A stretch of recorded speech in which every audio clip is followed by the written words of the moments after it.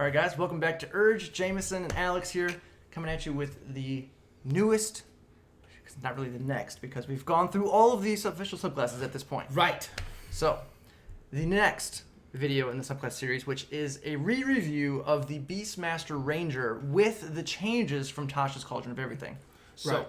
if you're new to the channel or subclass series, what we're going to do is we're going to go through all the abilities gained in the subclass. Then we're going to rate it based on its RP value, combat value, and overall class synergy based on how the abilities gained in this subclass improve on the base class abilities with the bonuses from Tasha's Cauldron of Everything, because there are some nice changes that affect it. So we're going to be keeping those in mind when we review this time. Yeah, because unlike all the rest of the Tasha's additional class features, the Ranger was the only one that got a huge list of stuff that we thought warranted one of these kind of videos to bring with it. Yes. Also, they changed the primary ability of this subclass. The whole keynote. That's another thing there Yeah. as well. New giveaway. The D&D Beyond Players Bundle. Tons of character options. Make sure you like, subscribe, and comment down below on the video so you're entered to win a great giveaway coming from us very soon. We'll just jump straight into it. The first thing that you're going to get as the Ranger Beastmaster is your companion. Bingo. So with that being said, it is revamped completely with Tasha's Culture of Everything. So I'm going to go over the original. Alex is going to have, or I'm going to go over the new one. Alex is going to have the original, so we can kind of compare and show you the differences on there. So with the Primal Companion, which is a third level Beastmaster feature, which replaces the Ranger's Companion feature. You magically summon a primal beast, which draws strength from your bond with nature. The beast is friendly to you and your companions and obeys your commands. Choose its stat block, which we'll put on screen here in a minute, which is the Beast of Land, the Beast of Sea, or Beast of Sky, which uses your proficiency bonus in several places. You can also determine the kind of animal the beast is, choosing a kind appropriate for the stat block. Whatever you choose, the beast bears primal markings indicating its mystical origin. In combat, the beast acts during your turn. It can move and use its reaction on its own, but the only action it takes is the dodge action unless you take a bonus action on your turn to command it to take another action. That action can be one in its stat block or some other action. Important. You can also sacrifice one of your attacks when you take the attack action to command your beast to take the attack action. If you are incapacitated, the beast can take any action of its choice, not just dodge. If the beast has died within the last hour, you can use your action to touch it, expend a spell slot of first level or higher. The beast returns to life after 1 minute with all of its hit points restored. When you finish a long rest, you can summon a different primal beast. The new beast appears in an unoccupied space within 5 feet. You choose its stat block and its appearance. If you already have a beast from this feature, it vanishes when the new beast appears. The beast also vanishes if you die. Whew. So, in comparison to the original, before we get to the actual stat blocks. Right. So, originally, you choose a beast that is no larger than medium, that has a challenge rating of 1/4 or lower. You add your proficiency bonus to the beast's AC, attack rolls, and damage rolls, as well as any saving throws and skills it is proficient in. Major difference with the new one, you get to add your proficiency to all their saving throws. Yeah. Not just whatever they're proficient in, which they're beasts. Maybe strength, maybe dexterity if that's like an agile, maybe. Its hit point maximum equals the number in the stat block, or 4 times your ranger level, whichever is higher. Over here, it is 5 times, right? Yes, it is 5 times. 5 times your ranger. Unless you take Beast of Sky, it's 4 times. With a smaller creature, more agile. Yes. That makes sense. And Beast obeys your commands as best it can. It takes its turn on your initiative. On your turn, verbally command the beast where to move. No action required. You can use your action. Yeah, huge. Bonus action versus action. You can use your action to verbally command it to take an attack, dash, disengage, or help action. If you don't issue command, it takes dodge on its own. Once you have extra attack, you can make one weapon attack and use one of your attacks to command the beast to attack it instead. So you sacrifice one of your attacks to let it attack. You attack once, it's attack once. With the new one, you can use your bonus action to command it to attack. Right. So you're not having to forfeit one of your attacks just so it can attack, or forfeit your whole attack just so it can attack. Because to be honest, with that baseline version, it's really not helping your combat out a whole lot besides just 2 different points to attack from. Right. Because you're not getting any extra things that it can do that you can't already do, if not do better than what it can do. Yes, exactly. The other main thing that I think is if the beast dies, you can obtain a new companion spending 8 hours to magically bond with a new beast that isn't hostile to you and meets the requirements. So you have to find a beast, spend 8 hours taming it. That's not hostile to you. Yeah, exactly. So good luck finding a bear that doesn't want to eat you. Like, it's a bear, or whatever, fill in the blank, whatever else. And with the new one, you can thematically choose something. Right. Whatever you want it to be. It could be a bear, wolf, owlbear, whatever. It could be a big old roided out rabbit. I don't care. There you go. For flavor's sake. So it gives you more flexibility in terms of that. Yes, definitely. As well. And you can swap it out easily. Yep. Like at the beginning of each long rest, you can just change it based, like if you know we're going to be in a sea adventure. About to go on an ocean voyage. Like, I'm about to get me a baby squid. There you go. So yes, you can swap it out differently. Interesting on there. And then with the actual stat blocks, let's pull those up. The first up we have is the Beast of the Land. Again, you're going to see it's 13 plus proficiency bonus with natural armor. Yep. Hit points 5 plus 5 times your ranger level. The Beast also has hit dice of d8s equal to your ranger level. So on short rests, it can heal with those hit die, which is a nice change as well. Dark vision, of course. The stats are what they are. It also has the charge ability. If it moves at least 20 feet in a straight line toward a target and hits it with a maul attack on the same turn, a creature takes an extra 1d6 slashing. If the target is a creature, it must succeed a strength saving throw against your spell save DC or be knocked prone. And then, as Alex said before, Primal Bond. You can add your proficiency bonus to any ability check or saving throw the beast makes. Do all kinds of little shenanigans that you can do much better than previously. Right. And then, of course, the maul attack itself is just your spell attack modifier to hit, which is nice. It's going to do 1d8 plus 2 plus proficiency bonus slashing damage. So the nice thing, I think, with these, just looking at the first companion, is that it's going to make your wisdom modifier much more important because that's kind of your stat for your pet. So you can have your stat for your pet and for your spells, and then you have your stats like your dex and con or whatever else you want to focus on. So it makes those stats a little bit more interesting. For the other two pets, you have the Beast of Sea, which is the same, other than it's going to have a 60-foot swim speed and a 5-foot speed versus a 40-foot and 40-foot climb speed. So it's going to be worthless on land, essentially, because it is a Beast of the Sea. Yes. And breathe both air and water, which makes sense. And then its striking attack that it has, Binding Strike, deals some interesting damage, whatever, 1d6 plus 2 plus your proficiency bonus, based again on your spell attack modifier. But the thing that's important is the grapple condition that it can put onto the creature as well, which again uses your spell save DC, which again further gives you more reason if you want to have some utility with your pets on there. And then lastly, we have the Beast of the Sky. Its hit points are 4 plus 4 times instead of 5 plus 5 times. Yep. And it has D6 hit die instead of D8. But it has 10 feet movement and then 60-foot flying. Makes sense. It's a flying creature. It has the flyby ability, which means it doesn't provoke opportunity attacks when it flies out of an enemy's reach. So it can kind of fly in, attack, and then fly away and kind of like pester things. Yeah, pretty much. And then it just has its regular short attack, which is just 1d4 plus 3 plus your proficiency bonus. So the main thing here is Beast of Sky is going to be probably more your scouting thing, or maybe you're fighting, you're going to be fighting something that can fly, and you want to be able to actually hit it, because if you have your beast on the ground, it's not going to be doing anything. It's not a lot of damage, but it makes sure you can get extra chances for some damage when it gets up in the air. Right, exactly. Because if you've got a ranger, a barbarian, and a fighter in your party, you're going to be limited to how much range of damage you rocks. Can get. Damn, are there any rocks around? It's like, I grabbed this small tree. The other thing to go over quickly, just kind of a refresher, the other 3 abilities you get with Beastmaster, there's only 4 total. You have your Beastmaster companion, then it's the 3 other things that come down. At 7, you have exceptional training. On any turns that your beast doesn't attack, you can use a bonus action to command it to take the dash, disengage, or help action. Well, with the new thing, you can use a bonus action to have it do anything. That part of that thing is gone. It's basically removed. Yeah. But the other thing that still comes and rolls over that's helpful at level 7 is the beast attacks are now magical in terms of purpose for overcoming resistances to and immunities to non-magical attacks and damage. Which does become important, especially at higher level. Absolutely, because everything at least very much resist non-magical BPS, at the very least. At 11, when you command your beast to take the attack action, the beast can make 2 attacks, or it can take the multi-attack action if it has that option at 11. So that still holds true with the new version, that still runs over to that as well. And finally at 15, Whenever you cast a spell targeting yourself, you can also affect your beast companion with the spell if the beast was within 30 feet of you.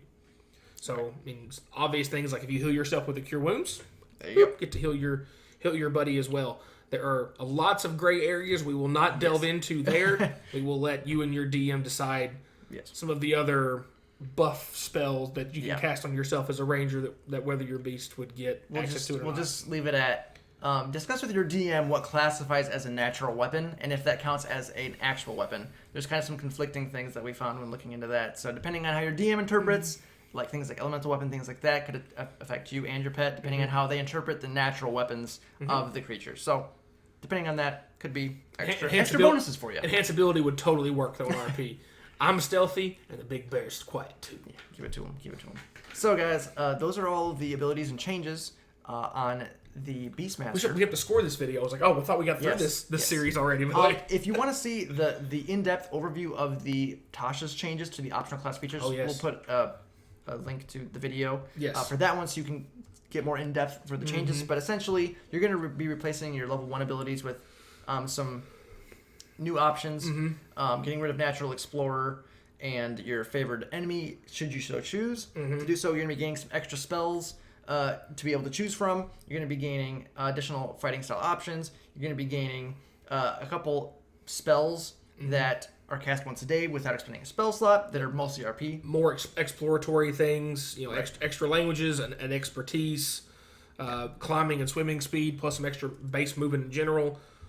There's a lot. I mean, we did make a whole extra video just on all of the things. It's a full-length video. If you don't know what those things are, make sure you check that out so you can kind of understand a little bit better what we're going to be talking about in here. Yes. So just a little plug there. But those are all the abilities gained in the subclass and the changes. Yes. So we'll just move straight into the rating portion. Asterisk, as always, Here guys. we go. Talking about RP value, talking about interacting with the world around you, interacting with NPCs, non-combat scenarios, avoiding combat, basically things outside of the initiative order. Not talking about acting out your class fantasy, history, lore, background. That's on you as a player. Can't rate you, but we can rate the abilities gained in the subclass and how they might improve your potential in those role play scenarios. So, we're getting those. It's been a while. All right. Yes.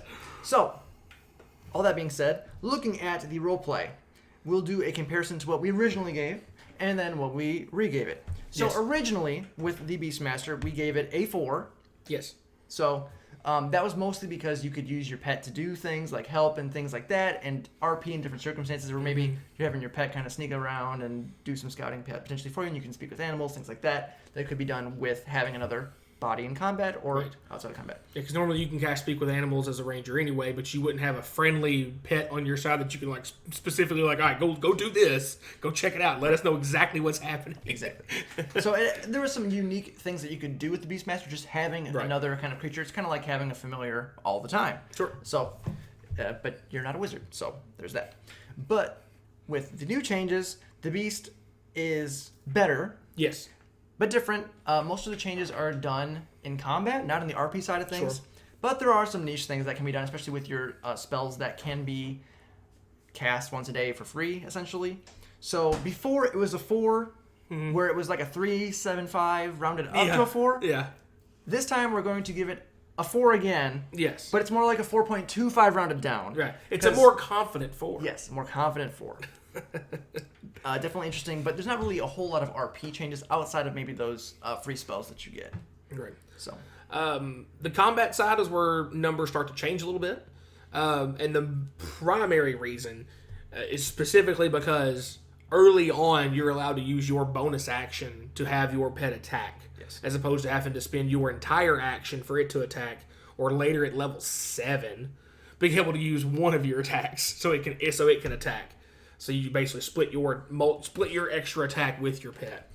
Right. But because of this, it allows you to get access to a bunch of attacks by the time you hit 11, where your pet if it has multi-attack, can attack twice, or if you use your action to buff it, it gets to attack twice instead of just once. Right. So essentially, you can attack, arrow, dagger, sword, whatever. Use one of your attacks to let your pet attack twice. With multi-attack, yes. With multi-attack. And then use your bonus action to have your pet attack again. So technically... Two more times. Technically, between you and your pet, you can throw out 5 attacks around. All right, Editor Jameson here. I didn't realize when we were doing this originally, there is quite contention actually about this whole 5 attacks thing. So speak with your DM about it. The biggest argument here is the interpretation of also use your bonus action to command your pet to make an action. Because technically, you would be making 2 actions with the pet if you use it as the substitute for your extra attack, and then you give them an attack, and then you use your bonus action to command them to attack twice. So technically, they'd be commanding 2 actions from your pet, where creatures can only take 1 action a turn. We interpreted it as part of the ability to be able to do that, where your DM may not allow that. And if that is the case, you would only be able to make 4 attacks, which would be you use your attack and then extra attack, and then you bonus action, and the pet makes 2 attacks. Again, talk with your DM to clarify this rule. It's going to be 4 or 5 attacks, but that's not going to change our rating, just because the extra attack from the pet is not going to be a ton of damage either way, so it doesn't really impact the rating. But quick heads up for that before you guys yell at us in the comments down below. So back to the video. Without spending a spell or doing anything else crazy. Right. Now, granted, is your pet going to be able to do like spell damage and a bunch of other stuff? No, but if you're just trying to claw out just a bunch of base damage, right, you do have that option, which is something the Ranger was already pretty good at base-wise, just having a good floor on their damage because of the whole archery fighting style. They had a really good chance just to hit consistently, and having something else that can always just hit round. This just helps it scale up even more, just brings that floor up even higher, making them pretty reliable in terms of just consistent damage. Yeah. Along with the new optional class features they bring in as well, being able to have a mini hunter's mark if you so choose to take it. Having the extra mobility of extra 5 feet moving around in combat as well. And climbing too. We can help you get to some different positions where you can maybe climb a tree and your pet's just on the ground and you're just shooting arrows and hiding behind branches and stuff. Gives you some different choices on there. So score-wise, we brought it up from a 2.5 to a solid 3.5. So getting up above that middle of the row score of a 3, because just the original cost of having to use your whole action was just way too high. Right. To really for the benefit of what the whole base of the subclass was built around. And the other thing I think to keep in mind too is you're getting the extra attacks is a pretty big deal, because even though it's not a ton of damage, you're just getting more chances to hit, which can help you apply different effects or things like that. Or, before it was basically you have your attack and then extra attack, pet attacks. Yeah. So it's like you attack once, pet attack once, and then you hit 11. You're like, I attack once, pet attacks twice. Yeah. Now it's like you attack once, pet attacks once, and then bonus action pet attack once. So you get 3 immediately. Yep. And then at level 11, you're getting those. You attack, pet attack, pet attack. And bonus action, pet attack, pet attack. Yes. You're going to be doing some stuff. Or you can attack twice and the pet attacks twice. You're like a wannabe fighter. Yes, pretty much. And if you want to actually like dip in fighter and get some action surge, you can do all kinds of things on there. So it's something to keep in mind as well. You can swat some people. So with the synergy, originally we gave it a 3. Just because, you had some utility to work with your pet and do some things where pet goes over here and does this thing, I'm over here doing this thing, and it is what it is. Multitasking. But now, and for those of you who might have been like, man, why didn't they increase RP value? Because we were kind of pushing it over into this. It's more synergistic than it is RP in our opinion, because some of the spells have that indirect effect of getting free RP spells are going to free up your combat, and also, more attacks. You get more fun stuff to do, more chances for things to happen. So we went from a 3 to a 4 in the synergy. A nice little bump on there. So a final score of a confident 4 for the RP, a 3.5 in the combat, and a 4 in the synergy. A nice little bump for the Beastmaster Ranger. Definitely more viable than it was. Especially on the higher end. It's scale. Yes. That's the biggest difference is going to be how it scales. Right. Toward the end, and even early, you still feel it being able to not having to use your whole action to have it hit. So, and I think another thing to keep in mind as well that we factored into this, or at least I did with the synergy side of things, is by having your wisdom score be more important, it's going to make your spells more effective as well. Sure. So that's another thing that goes along with the synergy is your spells are going to be more effective because you put more focus into wisdom to make your pet more effective. So you get the double duty on there to kind of buff up everything on there. So. Nice little increase for the Beastmaster Ranger. But that's going to be all for today, guys. Let us know your thoughts on the changes to the Beastmaster, to the original Ranger optional class features stuff that you'd want to see maybe in the future, other classes you think might need some buffs, or subclasses that could use some tweaks, things like that. If you want to see any of that, let us know down below. Always enjoy reading your comments. If you enjoyed the video, please remember to like, subscribe, hit the bell notifications so our new videos are coming out. And as always, guys, thanks for watching.